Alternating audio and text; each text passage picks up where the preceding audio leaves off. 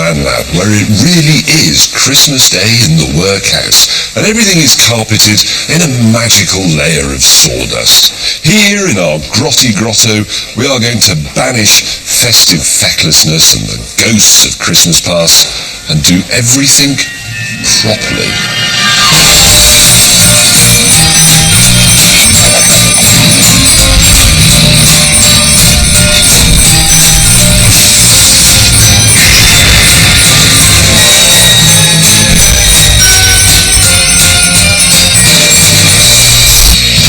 In tonight's bulging sack, we have a blast felling our Man Lab Christmas tree. In 3, 2, 1, We make some crackers. We make Christmas dinner with military precision. It's turkey time! And good King Wenceslas Oz leans out of a window in an attempt to create our own snowstorm.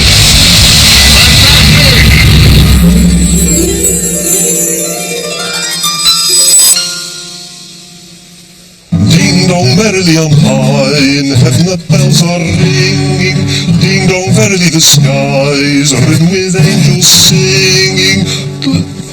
So here it is, Christmas. Everybody's having fun. It's a time of gifts and goodwill and silly jumpers, of dull dads saying, God bless us one and all, in an over-dramatic voice. Many wonderful things.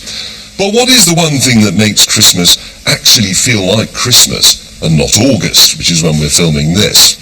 We decided to conduct one of our Man Lab surveys. 20% of our respondents voted for spending 2 weeks in a country that doesn't celebrate Christmas. Only 8% voted for Turkey and 1% for a game of charades, although no one was quite sure what they meant. However, an overwhelming 60% of our sample said that Christmas is only really Christmas with a proper Christmas tree.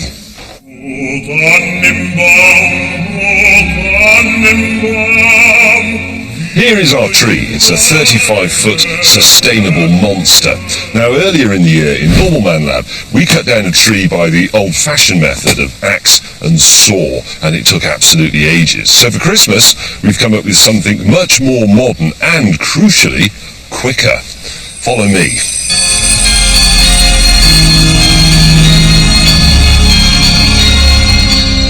This is Charlie. He's an explosives expert, and we're going to be using this. This is linear cutting charge, a sort of explosive draft excluder. It's very widely used in the demolition business to slice through things like the concrete or steel verticals of big buildings so that they fall in a nice neat pile and can be quickly swept away. All we're asking it to do is separate this feeble fir tree from its stump, and this burns at a rate of 4 miles per second. The circumference of the tree is almost exactly 3 feet, so I've calculated that this job will take 1/10,000th of a second. The thinking behind this fur-felling fatuousness is as follows. The draft stopper consists of a foam tube, inside which is a plastic explosive and a strip of copper. When the explosive goes off, the copper is blasted through the tree like a knife through an overcooked spray. The copper bit there is a sort of a big circular penknife blade. It will be, yes, when it's been When it goes back. squeezed under.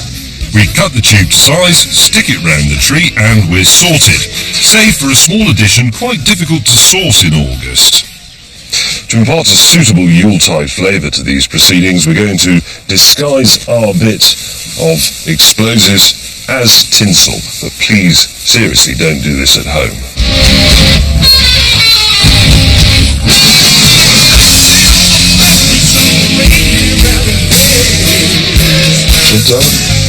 Right, now, just to borrow a bit of advice from the 5th of November, it's time to stand well back and never return to your tree once it's been exploded. Axes, they're for Vikings. Right, here we go. Charging.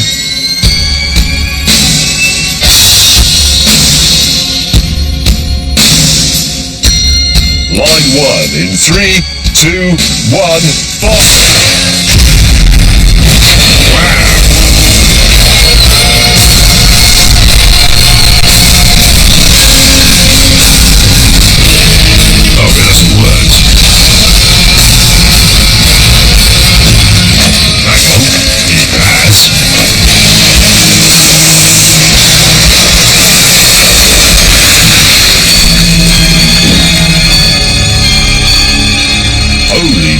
mother of Santa.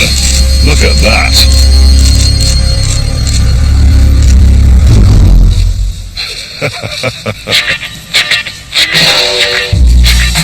Wow, look at that.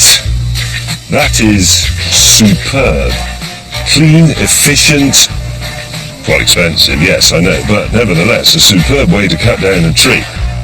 However you measure it, and including the Richter scale, that was a success. All that remains is for our own East End elf, Rory, to drag it back to the Man Lab. Here then is our loveliest of trees, erected by the magic of Yuletide television in the corner of our Man Lab. And it's even better than it looks because we've mounted it on this powered rotating plinth that I can operate from this piece of very modern electrical equipment down here. Watch this. Off it goes, allowing us to display all sides of the tree and not just the bit facing the room. And better still, by rotating this knob, I can change the speed so I can make the display more dynamic. And this also has the added advantage of getting rid of Rory for us. How about that? Now, later on, we'll be showing you how to decorate a tree of this size in the modern Man Lab way. But before that, we're going to move into the kitchen and interfere with time itself. Follow me. We're going to cook a right corker of a Christmas feast for our special Man Lab guests. Expecting proper food with no lumps or raw bits are Dr. Ben, who helped me explode a dead budgie a few weeks ago, Matt McIver, the lead singer from Love Fungus, Razor Ruddock, who shouted at me a lot when I missed a penalty, Simi, and various people from our office who are fed up with the usual gruel. Cooking well for a large number of people is difficult, so we've drawn a table and created our own time zone. It's called Turkey Time, and here it is, and here is 0 hour when everything is ready to serve. And from this very, very handy, very clear colour-coded chart, we can work out that, for example, at 0 hour Turkey Time minus 3 hours and 30 minutes, somebody must peel the parsnips. At 0 hour minus 3 hours 45 minutes, somebody has to read the instructions on the bread sauce packet. It's all perfectly clear. There's absolutely no excuse for making a baubles of this. We'll try that baubles joke again later on because I'm sure it'll work. Meantime, quickly grab a pen and write all this down before we move on to something else. I'm now going to declare it Turkey Time minus 5 hours and 30 minutes. In charge of logistics, and not especially imbued with the spirit of goodwill, is Sergeant Major Weston. And on extra duties in the cookhouse is Lance Corporal Oz Clark. Carry on, Sergeant. Clark, put that down! Go over there and tell me about turkey weights and timings. Go, come on, move on! Keep your hair on, God. Okay, turkey now. The two most important things about turkey are how many people have you got, and a turkey will basically do 1 kilogram will do about 2 people. So a 6 kilogram turkey like this will do 12, 13 people. And secondly, timings. If you put the oven at about 190 degrees centigrade, it's gas smart 5, about 20 minutes per kilogram, 6 of those therefore, 6 kilograms, 2 hours. Plus, you need to add about 90 minutes, that's 90 minutes at the end. So 2 hours plus 90 minutes, 3.5 hours. 3.5 hours. Dead simple. Good. Now for the stuffing and some advice from the sergeant. Hurry up! Oh, all right then. Time waits for no turkey. Every second counts. This is an electric stove. Right. Most importantly, our Sergeant Major is under strict orders not to let Oz touch a drop until dinner is served. What are you supposed to be doing? Turkey, right. So, leaving Oz to struggle with his cold turkey, we turn to the problem of dressing our tree. It is estimated that every year British men spend 60 million man-hours decorating Christmas trees by hand, and that at any one point in the 48-hour run-up to Christmas Day, at least 30 of them are in casualty with bauble-related injuries sustained falling off a small step ladder. Now, we like to pretend that it is a joyous, tinselly communion in the bosom of the family, but it isn't. Let's be honest, it's Dullsville. So, I asked Sim, our Socrates of the Socket set, to bring some military thinking to bear on this problem. This is the barrel of a mortar. Compressed air mortar fires pretty much anything that will fit inside that tube. The mortar is a weapon that's been around since as early as 1453, and like Jeremy Kyle's gob, nothing good has ever come out of it. Extremely popular in both world wars, its bombs could be aimed to fall directly into trenches. Our 60 psi controlled action bauble mortar, though, has the rather more jolly task of firing meaningless festive guff at our tree. It's like being the Wright brothers, except we're decorating a tree instead of improving humankind with the invention of powered, controlled and sustained flight. Simmy welds up a few joints and we fit a valve for the compressed air. Our mortar is now ready to deck the halls at 50 paces, but it still lacks a certain something. Right, the only thing that's really missing from this, Sim, is some sense of it being a proper sort of military weapon. It needs to be camouflaged so that it blends in with its surroundings. That's what you do with a mortar, isn't it? It is indeed. Let's paint it.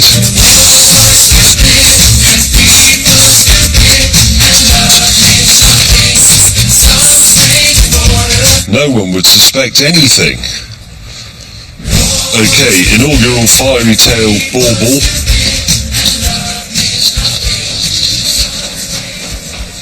Loaded. Pressurise. Charge. 4 bar. Fire at will.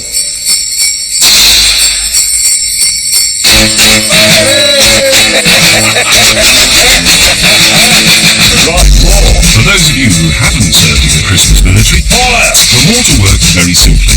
A remote compressor feeds air to a reservoir in the mortar, which is controlled by a valve.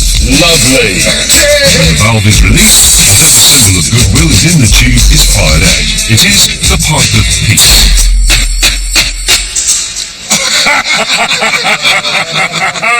Look at that. Sorry, I just want to point this out before the tree gets away. No step ladder, no effort. Admittedly, one of the baubles has shattered, but you don't see that from this side, so that's okay. But then, a snag. Ooh, that's a bit rubbish. How are we going to do tinsel? Because it does need proper tinsel for that tree to look suitably cheesy and Christmassy. Sim had an idea, and will now shout it at you. This is a 4-stroke, petrol, normally aspirated leaf blower.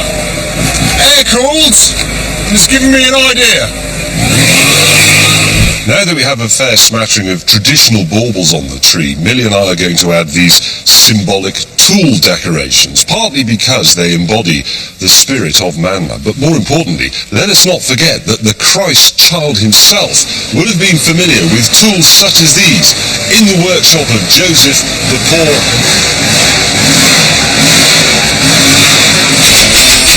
Never mind. Throwing leaves around is pointless, so Simmy has converted the irritating contraption into a breech-loaded tinsel machine gun. Say hello to my little festive friend. Fire! Fire! That was excellent. That went really well, didn't it? It looks brilliant. Put lights on.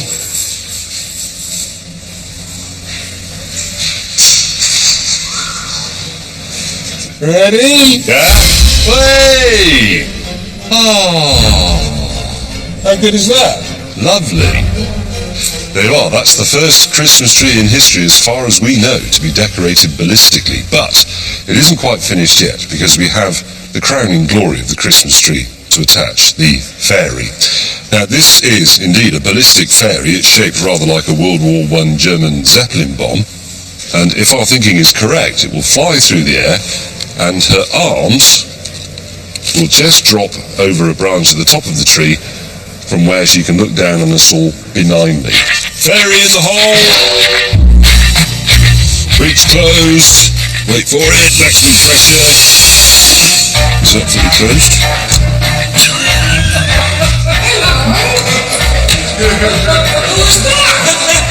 That's really spooky. I don't like that. What do you think? Oh dear. Hey! I think I saw a head come off. I think the head came off. And so I bask in the festive glow of our tree, contemplating the casualties of war. But she's got no head. That's terrible. Soon our guests will be here. They will expect food, a tree, and gifts. It's better to receive than give, so let's confront the misery of wrapping up presents and get it over with.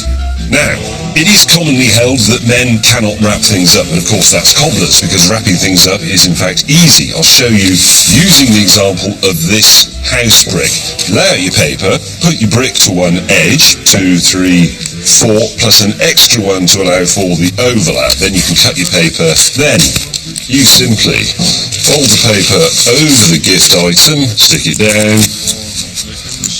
and then you form the ends into triangles. It really is fantastically easy. However, it's never actually like that, is it? Because you end up on Christmas Eve with 20 oddly shaped gifts that you've bought as distressed purchases from your local petrol station, rolling around in a drunken stupor with bits of sticky tape stuck all over your face and missing the guns of Navarone. There is, however, an easier way to do all this. This is a vacuum packing bag. It's used by people to store pillows, spare duvets and other things that really ought to go to the dump.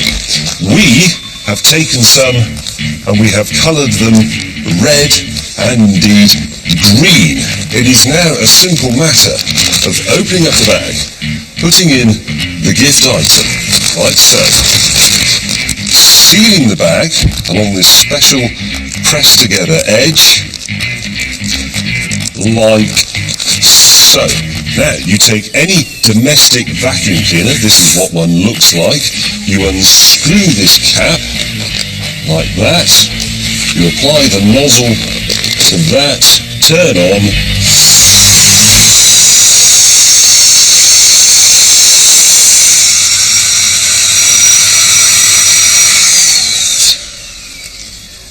put the cap back on, and there you go. You freed up enough time to watch the Guns of Navarone and probably bridge over the River Kwai as well. What could be simpler? Ooh, I wonder what it could be. Meanwhile, as Oz is still prepping the potatoes and feeling like he's in mash... Faster! Get a move on! Let me tell you about a grand undertaking which we'd begun a little earlier. We'd already checked off the top answer on our ManLab Christmas survey by getting a tree. While that was making its way to the lab, we set about dealing with the second highest answer. It was much more tricky. Here is the Christmas card that Richard Hammond sent me last year. In fact, I've been getting cards something like this for most of my 48 years, and it shows, in direct contravention of my lifetime's experience, some snow. Now, I have never actually seen it snow on Christmas Day. I've never even heard it forecast for Christmas Day, which gives the Met Office, in fact, a 100% reliability record. And the thing is, we are British. We love talking about the weather, and we can print as many cards like this as we want, but the fact remains, we can't do anything about the weather. We cannot actually make it snow. Or can we? You see, it's been done before.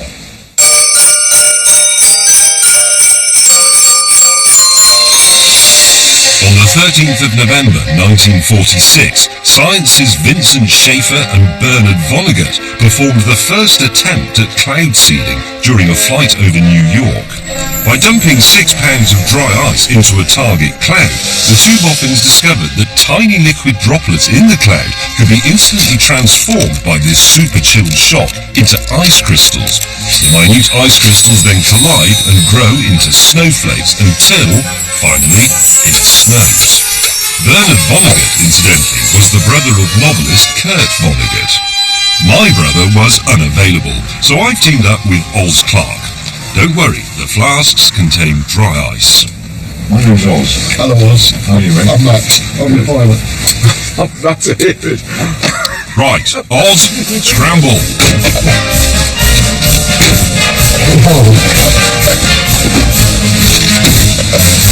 This doesn't bode well. He has to open the window a bit later on.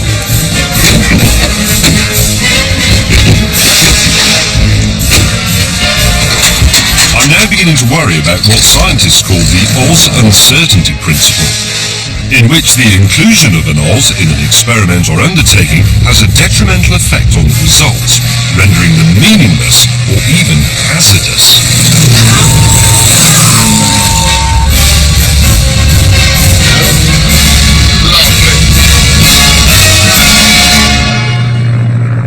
That sounds like Oz coming now, and the conditions are actually almost perfect. The thing to remember is you can't do cloud seeding if you have no clouds at all. It's why it isn't an answer to the world's drought problems. You can't make a cloud in perfectly blue sky by this method. What you need is a cloud with some water already in it, and then you encourage it to become rain, or in our case, snow. And we have very good clouds. High up, the paler clouds are stratocumulus, not particularly good for rain, but underneath those, nimbostratus, these ones, uniformly dark grey, falling rain or snow. That is exactly what we want. They're ready to produce water, and if it's frozen, of course, snow. We just need to make it do it here rather than wherever it was intending to do it. Probably somewhere over there. Right, they're just below us. I can see them all. I know what they're doing. James Road Surfer. Yeah, I can see it looking like the Queen of Norway. We are remaining very, very true and faithful to the original Schaefer and Vonnegut experiments here. We've got the same amount of dry ice at the same temperature, minus 78 or thereabouts. We're also throwing out some table salt because the very tiny particles will form the nuclei of the cloud. They are the little droplets, normally dust or even bacteria in the atmosphere, around which the cloud droplets form. And then they eventually turn into rain, or, if it's cold enough, snow.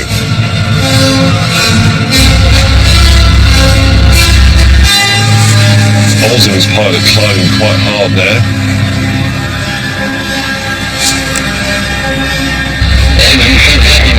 We've just climbed through nimbostratus, which is exactly the sort of thing we're after. I know that one. Is that any good? Yeah, that's perfect. Absolutely wonderful.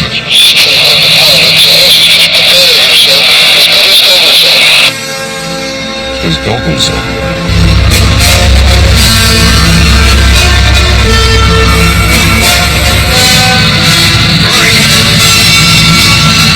You should be just above them, ready to chuck your stuff out. Okay, window open. He's done it. This is going to work. It worked in New York in 1946. It'll work here. I'm ready. Okay. I'm going to go.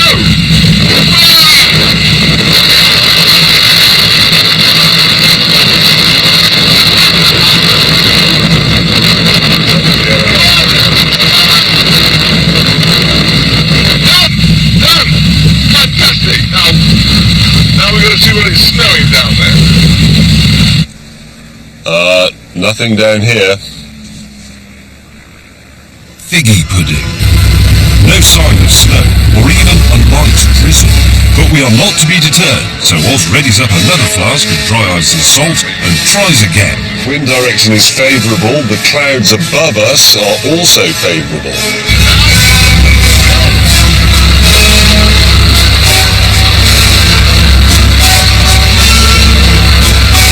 Yes, come on.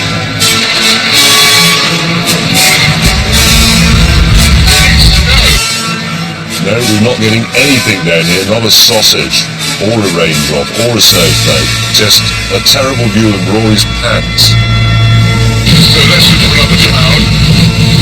Okay. Again and again, we tried. The cloud in front of you looks perfect. Big and black and ugly. Dump it in there. But the clouds refused to play snowball. And our winter wonderland remained, in case you'd forgotten, Augusty. Actually, we had entrusted a fairly technical operation, i.e. removing the lid from a thermos flask, to a wine connoisseur. That may not have been such a good idea. Now, Max, I've got one secret weapon with us. Okay, what's that? Which is a bottle of Kentish brewed beer, local beer. God. And it seems to me that if all this nonsense about dry ice and salt and all that rubbish, all you need is some good hops and good Kent barley going straight through the cloud. I don't think the alcohol idea will work on cold shot, not to get it clattered.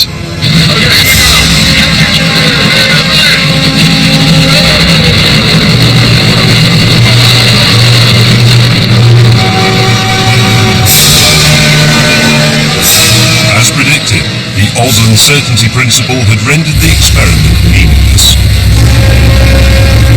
Our supplies were exhausted, and the way the wind was affecting Oz's face was terrifying the pilot. I'm very sorry to report that it hasn't snowed here on the Christmas tree, but Thank you very much anyway for that today. Roger, return express. thanks for your help, Sierra Alpha. See you later.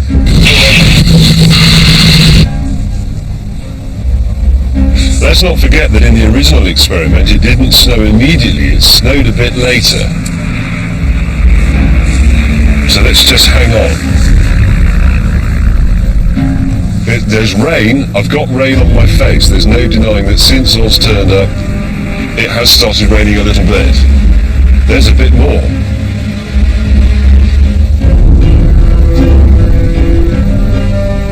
And more.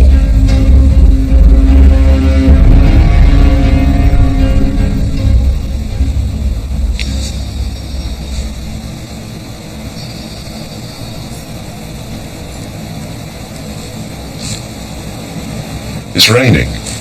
It's raining, isn't it? It is raining.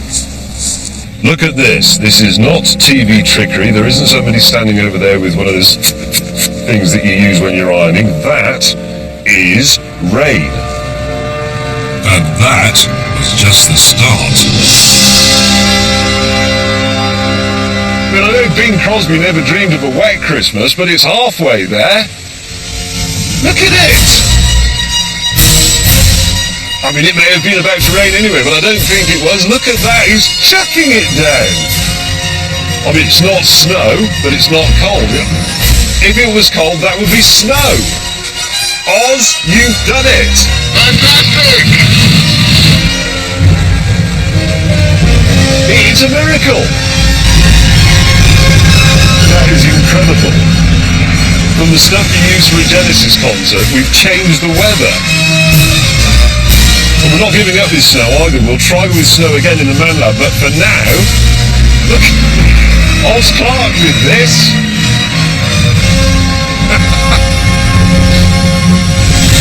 Okay, it wasn't the Blizzard of Oz that we'd been hoping for. It might have been too warm for snow, and it might have shrunk my favourite Christmas jumper. But for one glorious moment, co-pilot Oz, I can't get in or out of an aeroplane Clarke, delivered the goods. The question remained though, could we ever really make it snow?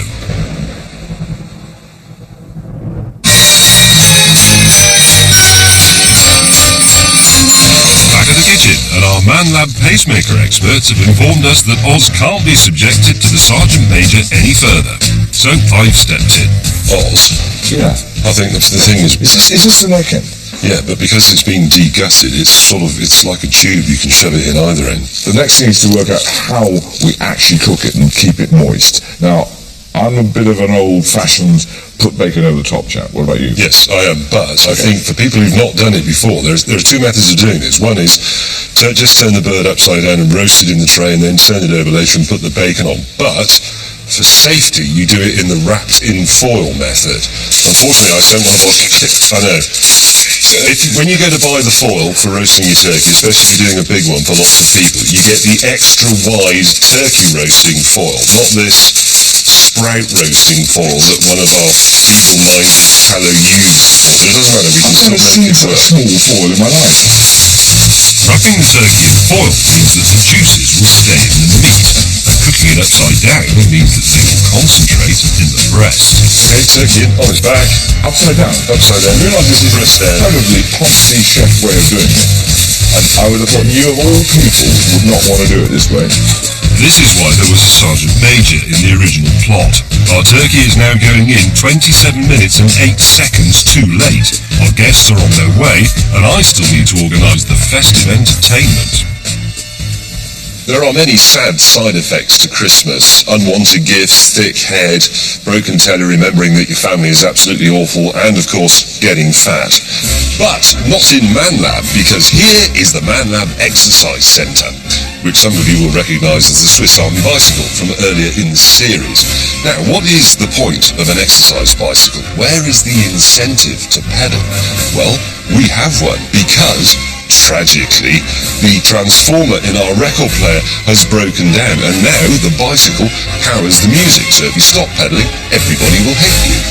Since we already resent him for his youth and wit, I put Rory on the bike. Wait for it. Too fast. Bit faster. That's it. That's it.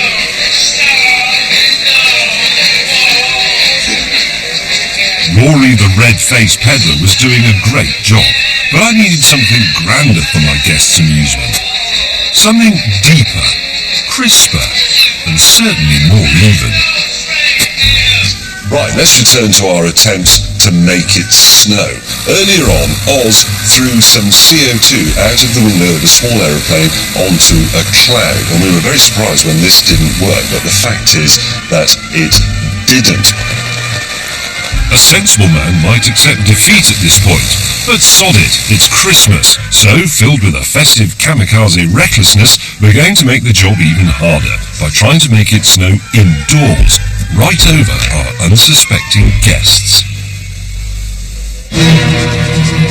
What may help us in our quest is a fluke discovery made by our favourite cloud seeding pioneer, Vincent Schaefer. He discovered that if he breathed into a freezer containing super cold dry ice, the vapour would be instantly shocked into becoming millions of microscopic ice crystals. It seemed like a good starting point. This is a humidifier. It is a device that produces, you'll see this as Sim plugs it in, a little stream of water vapour. That is vapour, it's not steam from a kettle. We're going to put this in the freezer, which is running at a temperature of what, minus 12? More like minus 18. Minus 18. There's the humidifier running. You can just see the beginnings of our cloud forming. And of course, a lot of people, old people especially, will look at the sky and go, "Eee, it's too cold to snow." But that is not true. If anybody says that to you, you can punch them in the face. The Met Office says it's not true. And in any case, I've been to the North Pole where it's chuffing cold and there was snow all over the place. The fact is that although we know that water freezes at naught, in clouds, because there is energy in the vapour, it sometimes needs a temperature as low as minus 40 to remove all that energy and form the ice crystals. So it's not too cold to snow in our freezer. If anything, it may not be cold enough, but let's see. Inside the polystyrene box is a block of solid CO2, carbon dioxide, or dry ice as it's commonly known, with which you will be very familiar if you've ever been to see Genesis or Pink Floyd. It's called dry ice because it can perform the remarkable trick of jumping straight to a solid to a gas without going through the liquid stage. It's at minus 78 degrees naturally. This will shock our cloud and hopefully make instant crystals form, which would then turn into snowflakes. Go! Look at that. It's a load of clouds.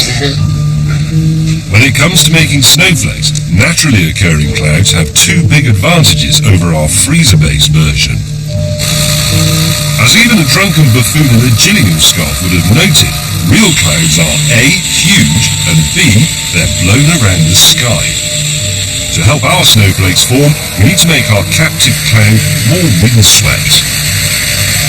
So we're going to try and effectively increase the distance that they move inside here with this small fan, which will create very turbulent conditions inside the freezer compartment. That's brilliant.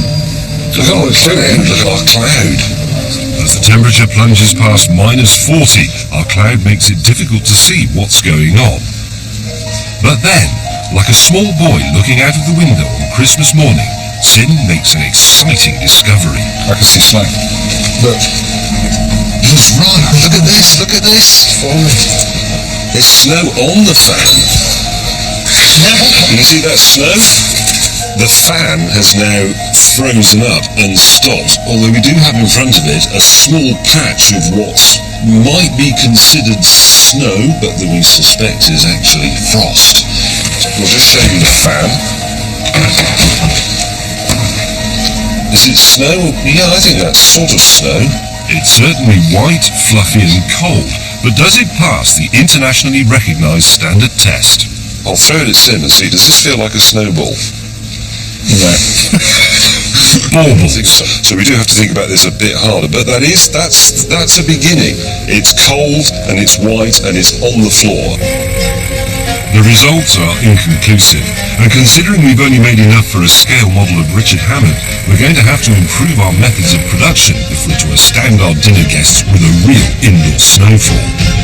Well, there you go. Doesn't turkey time fly when you're having fun with popular science? I'm off back to the kitchen.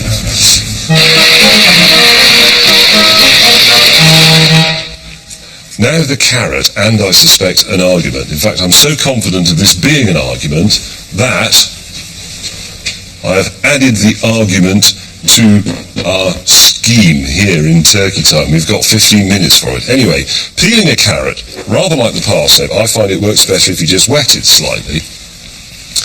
And then the blade... You don't have to peel it.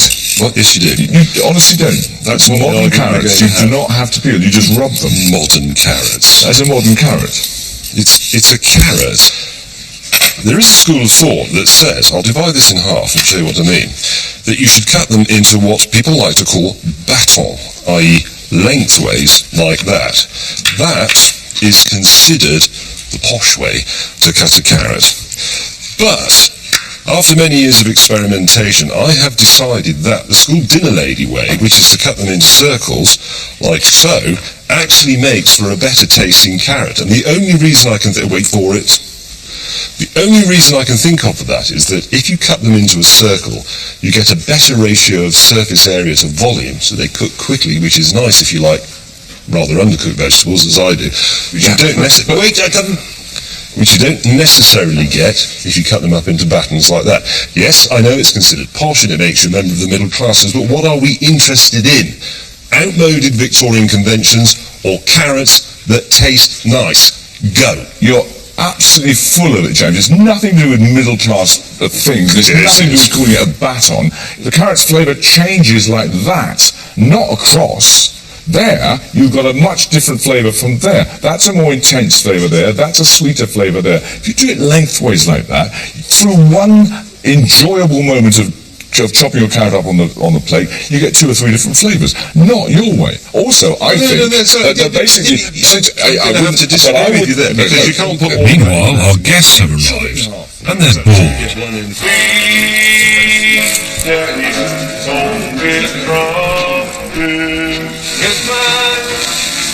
I don't want to be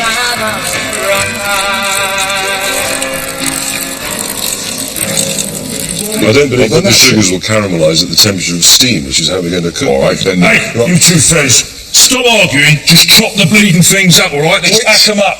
You haven't got a preference? No, here, look, here. I'll show you what the preference is, boy. Anyway, look, simple, isn't it? You wasted all that time, all right? But you've done both. Don't make no, never mind, do it. What the hell's that? That's really ugly. It's going to go down your Gilbert, isn't it, eh? Whilst Oz and I try to work out what your Gilbert is and why you'd want to stuff carrots into it, our guests are still far from merry. Oz, though, has come up with a solution that also gets around the rule that says he can't touch a drop until dinner. Right, this is good. This is a new invention, and it gives you all the pleasure of drinking without the irritating business of having to drink. And it's called the Whiskey Cloud of Peace. Now, although this might get you round the Sergeant Major, please bear in mind that this idea has come from a man dressed like a Smurf. You've got a plastic bottle like this, and you've got a bottle of whiskey. You put a tiny bit of whiskey in there. I mean, really, half a tot. That's probably too much, in fact. Well, not too much. Okay, now, shove that in here. Got that in there, like that, and now you've got the foot pump. Let's go. I feel a bit bad. The constant bullying by the Sergeant Major has clearly destroyed Oz's mind. See at the top, it's holding this in. Look what happens now. Wow! So it's the sudden catastrophic drop in pressure makes a bit of the whiskey evaporate effectively. It boils. Whoosh it. Take a... Breathe in. Breathe in. Ding dong, merrily on high. What's it feel like? That's good. It's not bad, is it? But what would the guests think? Are we ready? Yeah, ready? Yeah. Merry Christmas!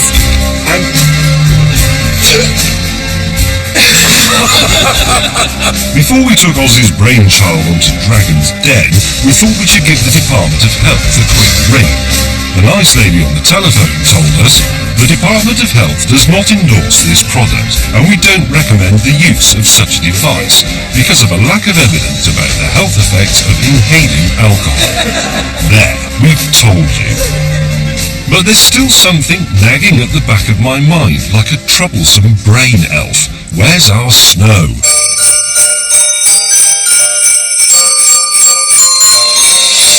With our guest tranquilised by Oz's ghost of Christmas spirit, I sneak away with Simmy and Sam for snowmaking attempt number 3. Never before in the Manland have we been so continually thwarted in an endeavour. It's going to take 2 pairs of glasses. What we decided we needed was a much harsher shock to our water vapour, so Simmy has got this cardboard tube and nailed it together. What is it, Simmy? Simmy and Sam. Right, we've got a cardboard tube and we've put in a copper coil in here, which will run our vessel of nitrogen. Right. We'll have liquid nitrogen coming into the coil and it will come around out of these little holes. That will give us our extreme cold environment. How cold? Minus 200 and something. Just under 200 degrees, I think 196. Right. Then, this represents our... That's just water. That is... Press there, just go down, an atomizer. Yep. That will go into our super cool environment. Hopefully, we'll get a few crystals forming. So snow will fall out of the bottom of the cardboard tube. Basically, it's not very high tech, I admit. Well, most of the best things are not. Before we start the attempt, it's worth seeing just how cold liquid nitrogen is. I've put these gloves on because it is obviously minus 200 and it would hurt if you got even a splash of it on your fingers. Should we have a look and see what temperature it's at? Yeah. With this? Flour in. Flour out.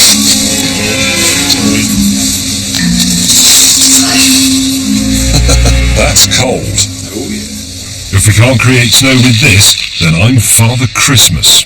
Okay, we'll ask Roy, the nitrogen expert, to come and turn on the nitrogen supply for us.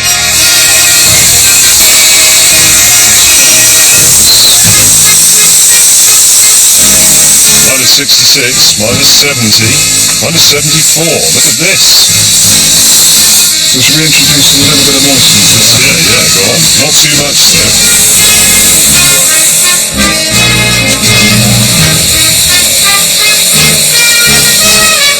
Well, see what we've got. Yeah, Roy, can you back it off a bit? And just look at that. It's hopeless. It's harder than it looks, this, isn't it? If I looked out of the window and saw that, I wouldn't say, ooh, it's snowing. The point about clouds is that cloud droplets are not water droplets like this. They're microscopic, really. These are actually quite big blobs of water that we've got going in. You want something Really fine. that can barely fall to earth. It's so fine. Absolutely, yeah. It's quite hard to mimic that. In desperation, we try using the ManLab kettle, Seen any snow yet? but to no avail. I think you can turn this off, Roy. Okay. Thanks. But as we contemplate total defeat, there's a possible solution staring me in the face. The thing is, snow of sorts does form. That's snow. If there was just a way of blowing that off into a big flurry, I mean, because there's moisture in the air anyway, that's why that's like that. Don't forget, the stuff that is settling on there, we can't even see as a vapour. Exactly, that's just from the air. Yeah, so we don't even need to introduce anything. So we don't have holes, we don't have liquid, we just have a coil, which is super cool. Yeah, so like the cold version of the coil inside a central heating system inside the water tank. Yeah. But the opposite, because it's got nitrogen going through it.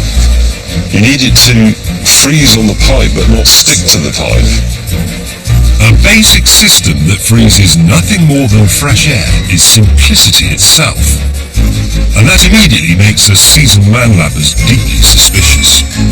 Thing is, I can't believe that no one else has ever thought of this. Mind you, other people don't think like that, do they? Well, that's probably just as well. We're now at turkey time minus 90 minutes, and Crafty Toads on his whiskey cloud clearly haven't affected us in the slightest. Back in there, looking. What it's trying to do is roughen up the surface so that when you actually put them in the goose fat in the roasting tin, they suck up all that fat. Despite being a hazard to both himself and our dinner, Oz manages to smother the pre-boiled spuds with goose fat and rosemary and is now ready to take the turkey out to rest. Meanwhile, our guests are being kept entertained by a giant party popper that Simmers cooked up. But there's still something missing from the table. The Christmas cracker was invented in 1846 by a deluded baker called Thomas Smith, and since then we've had to endure over a century and a half of cracking disappointment. Here is a Christmas cracker, and it's rubbish really. You get a pathetic fut, you get a paper hat that would barely fit on the head of the 5-year-old Chinese child who made it, you get a stupid novelty such as this pack of 3 cards that will be landfill within 48 hours, and then you get a joke that wasn't even funny in 1954. We can do better.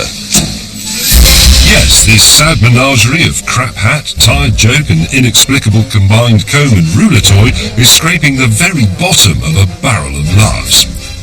So first, in keeping with our theme of blowing things up this Christmas, we're starting with the bang. The charge contains 40 milligrams of high explosive. It's a very small amount, so it will destroy the cracker. A small bullet hit.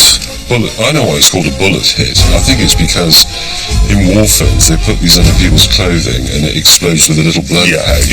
Like Essentially it's a squib.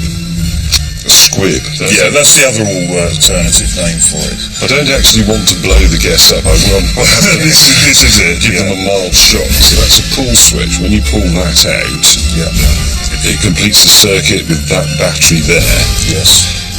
And these wires trigger the charge. Yes. And you've not tested it yet. Let's try it. Martin, would you arm?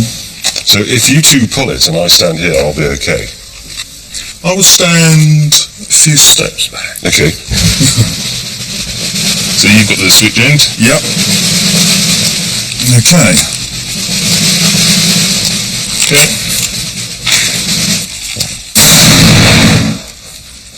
There you go. That's pretty cool. Now that our guests' ears are leaking blood, we'll give them a really nice hat to wear.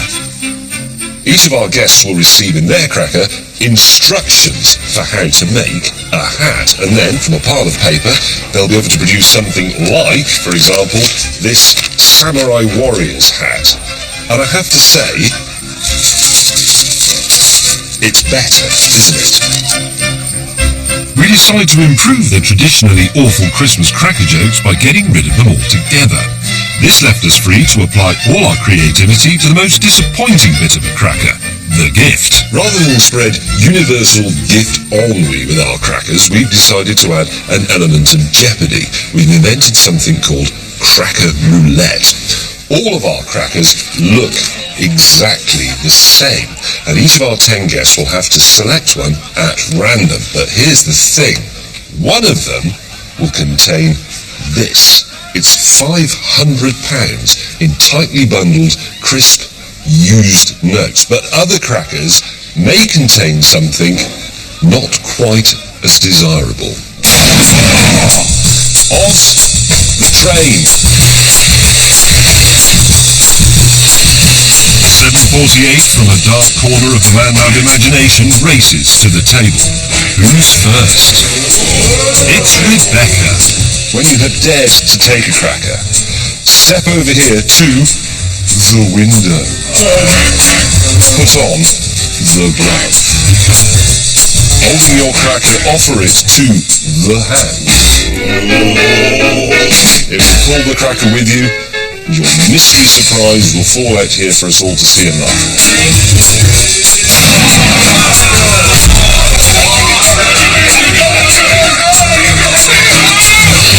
Next up, Dr. Ben.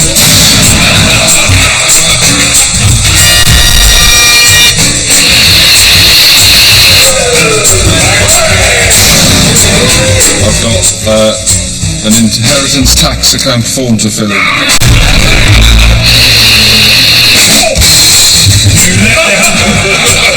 The Sergeant Major gets even more cranky. Yes, please, hand.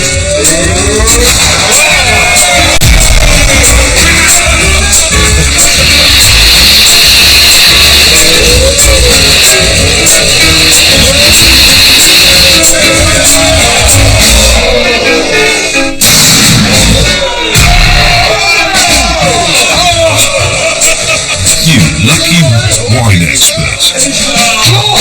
That was my I'm off!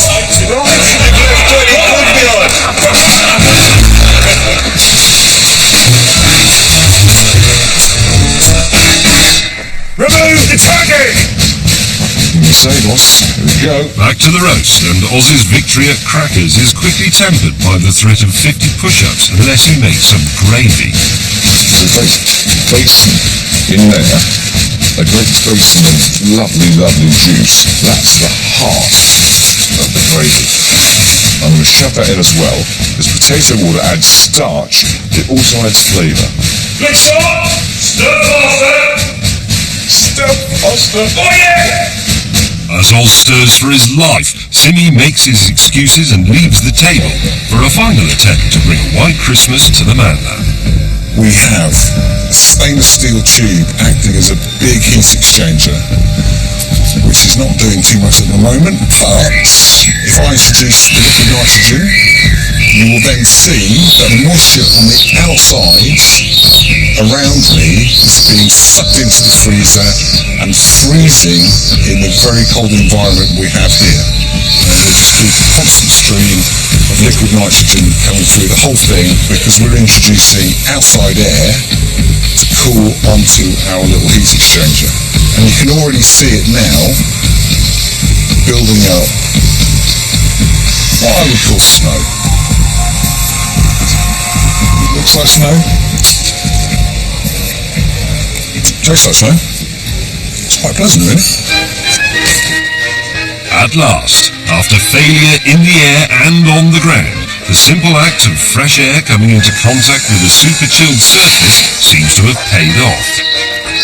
The only question is, can Sim make enough of the damn stuff for a whole snowstorm?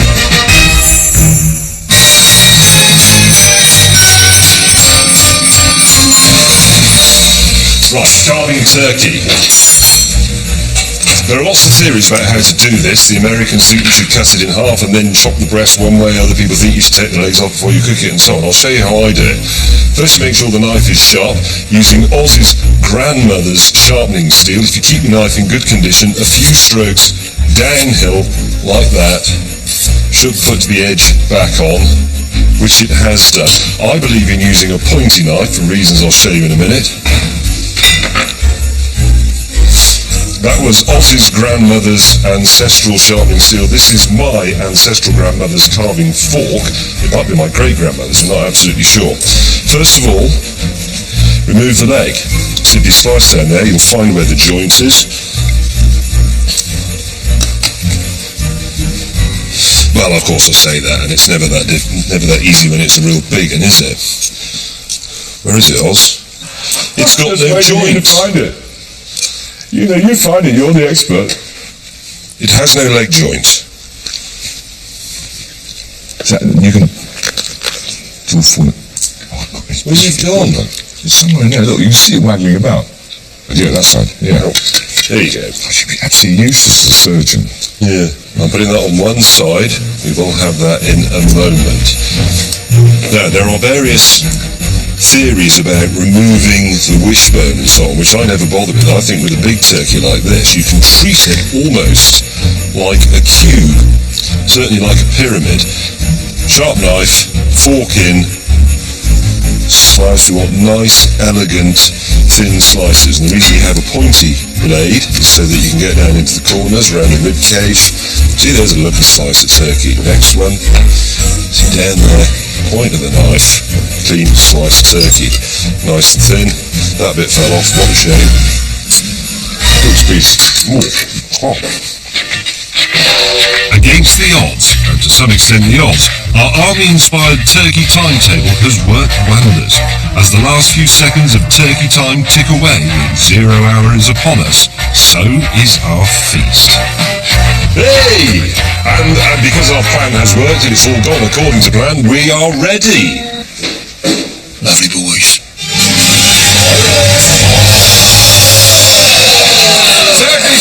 Using the meticulous turkey timetable, the throbbing temple vein of our socially maladjusted Sergeant Major, and the sheer sense of determination coursing through our festive bones, Oz has ridden the gravy train to complete success.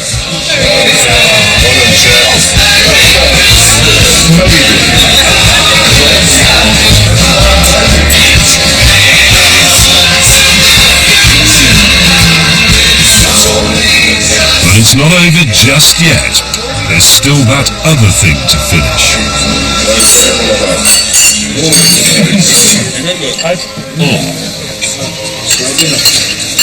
Good. If you could just entertain yourselves for a bit, Sim and I have to go and just sort a few things out. Right, where have we got? James, this is about number 4 or 5 prototype. We've tried coils, we've tried liquid nitrogen through Humidifier. everything. So this has got coil, tube, nitrogen and freezer combined. Yes. The whole point of this, of course, is to surprise our guests. They have been surprised by cracking roulette and so on, and the magnets and the 500 quid. But as they digest their food in August, thinking, well, this is reasonably Christmassy, I suppose, there will be a flurry of snow and the illusion will be complete. Isn't that right? Yes. Good. Right, let's do it. It was time to collect the last priceless snowy scrapings. Oh, fluffy snow. Before Sim powered up the trusty tinsel cannon for our freezing festive finale. Right, here we go. Throttle back a bit.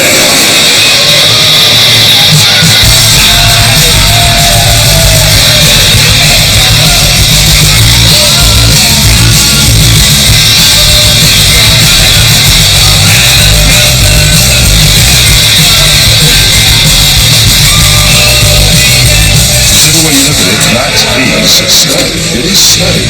But define you to argue that that isn't snow. Look at the definition, look at it under a microscope, put it on a Christmas card, ask people to ski on it, ask Bing Crosby to sing about it. It's snow.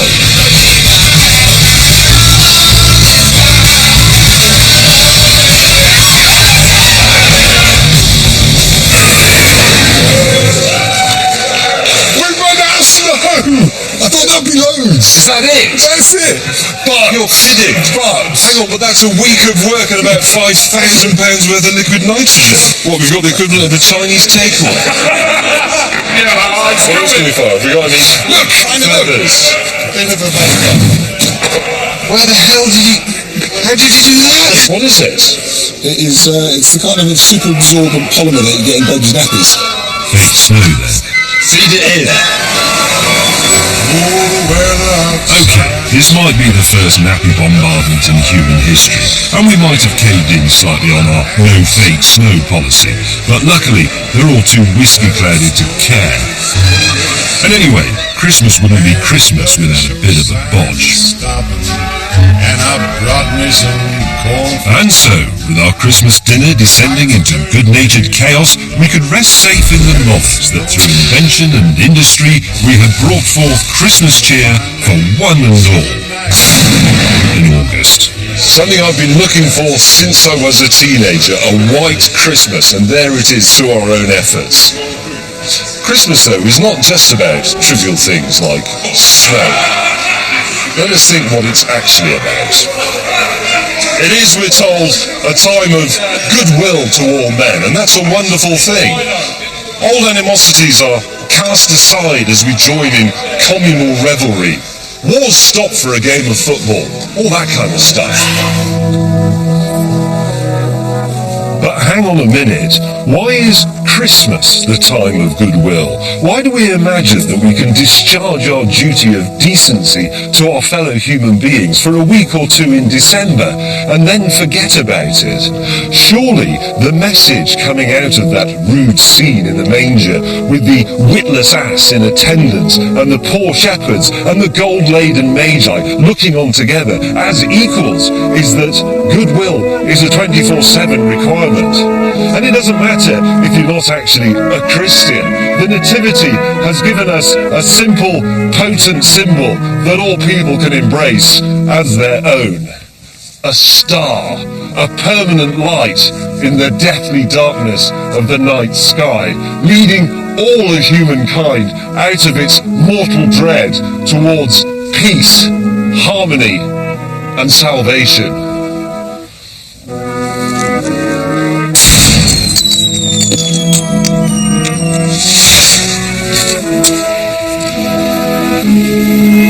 A Merry Christmas, one and all.